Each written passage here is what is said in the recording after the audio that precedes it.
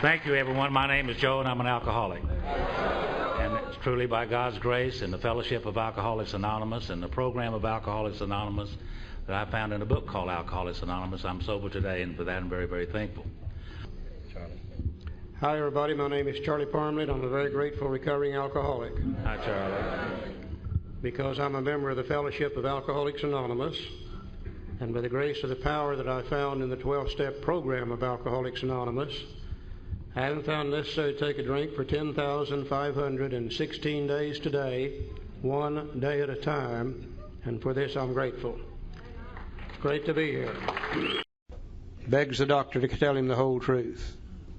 And this doctor had enough humility to say, Roland, I've done all I can do for you.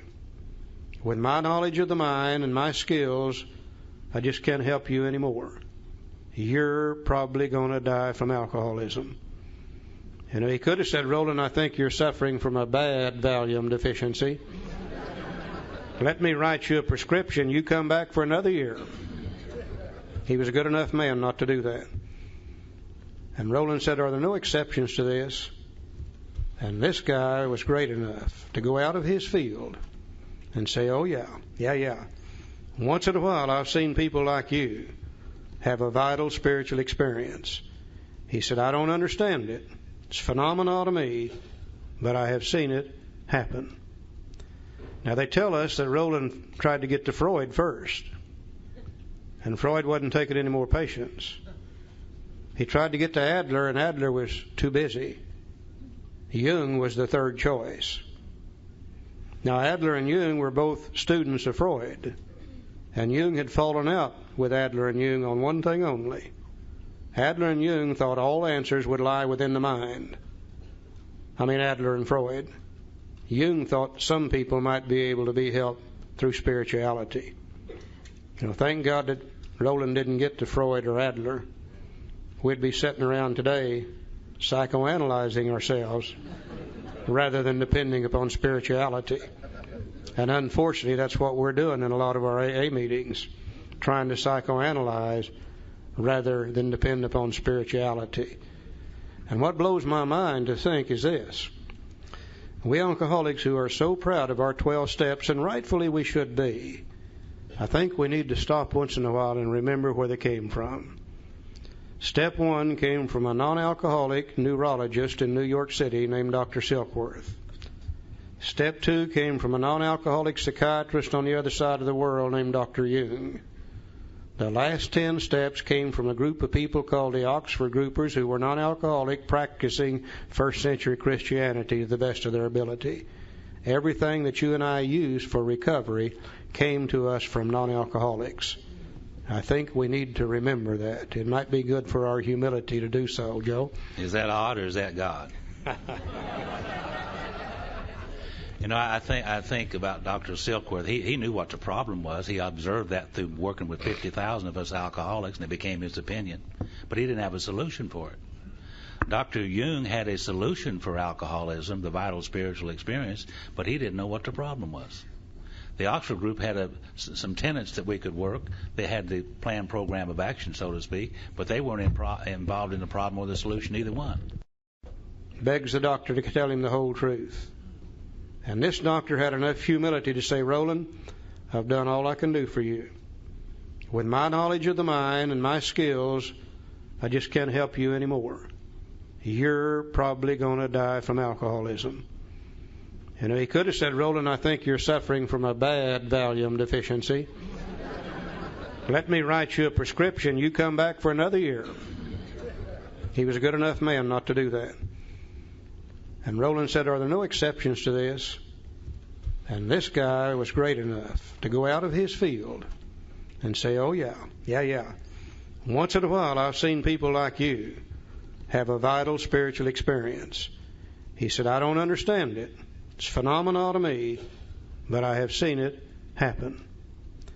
Now, they tell us that Roland tried to get to Freud first, and Freud wasn't taking any more patients.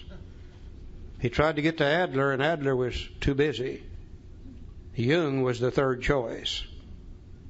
Now, Adler and Jung were both students of Freud, and Jung had fallen out with Adler and Jung on one thing only. Adler and Jung thought all answers would lie within the mind. Adler and Freud. Jung thought some people might be able to be helped through spirituality. Thank God that Roland didn't get to Freud or Adler. We'd be sitting around today psychoanalyzing ourselves rather than depending upon spirituality. And unfortunately, that's what we're doing in a lot of our AA meetings, trying to psychoanalyze rather than depend upon spirituality. And what blows my mind to think is this.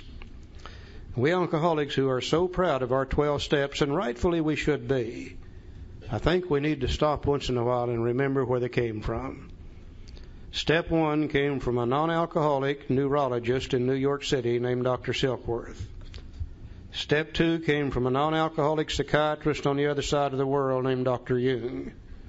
The last 10 steps came from a group of people called the Oxford Groupers who were non-alcoholic, practicing first century Christianity to the best of their ability. Everything that you and I use for recovery came to us from non-alcoholics. I think we need to remember that. It might be good for our humility to do so, Joe. Is that odd or is that God?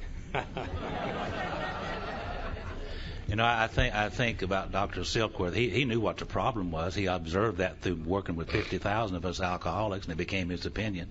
But he didn't have a solution for it. Dr. Jung had a solution for alcoholism, the vital spiritual experience, but he didn't know what the problem was. The Oxford group had some tenets that we could work. They had the planned program of action, so to speak, but they weren't involved in the problem or the solution, either one. And here's a wholesale miracle that's happened from that moment until this, if you will. He said, but prior to this, he said the exceptions to your case has been occurring since early time. Here and there, just once in a while, alcoholics have had what are called vital spiritual experiences. To me, these are a phenomenon. He went back and joined the Oxford group and took the planned program of action of the tenets of the Oxford group, and he recovered. And he was able to help Ebby, and Ebby brought this to Bill. And Bill was over there getting all this other information, jailed in the mind of Bill Wilson, one person. But the miracle is this. Back in those days, it was just here and there, once in a great while.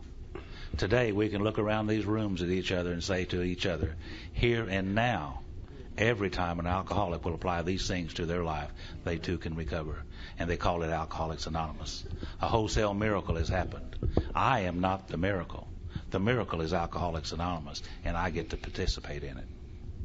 I can almost see Bill now as he finishes up with Chapter 2, probably sitting down and reviewing what he's told us up to this point, saying to himself that in the doctor's opinion in my story, I was able to show them the problem. In Chapter 2, I was able to show them the solution. Now let's look at a little picture for just a moment illustrating the solution before we go any further. Joe, where is it? Oh, it's up there. It's up there. And that little picture we have up here on the screen, we've talking about what is the solution.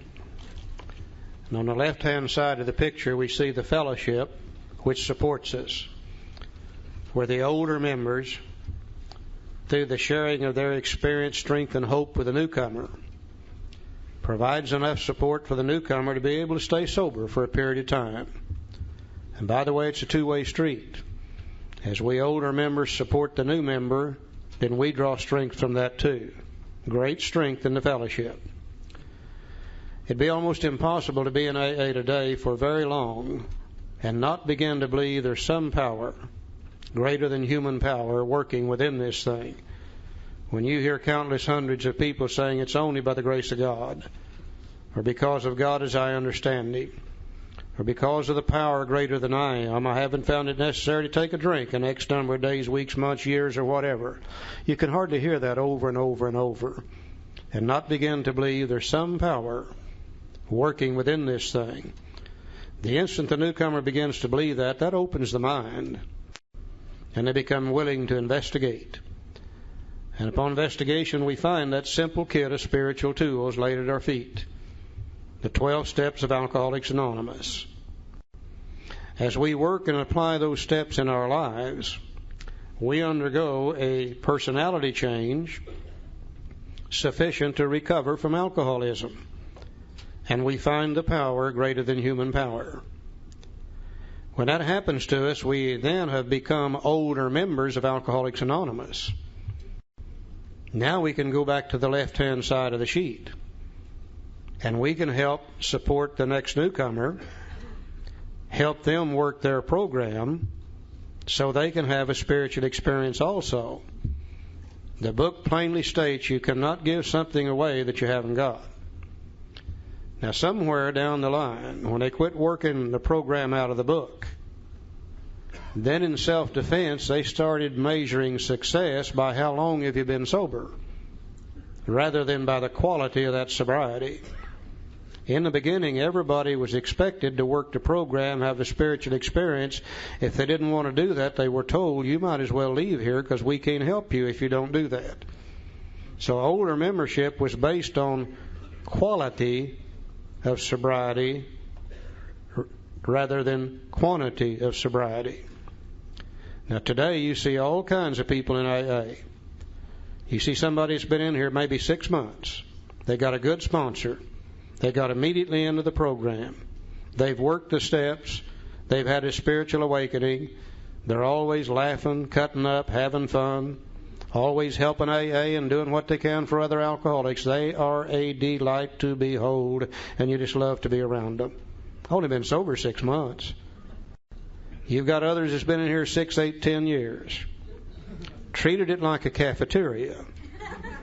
Took some, but left what they didn't want. Now they're better than they used to be. But you never know what kind of shape they're going to be in when you run into them.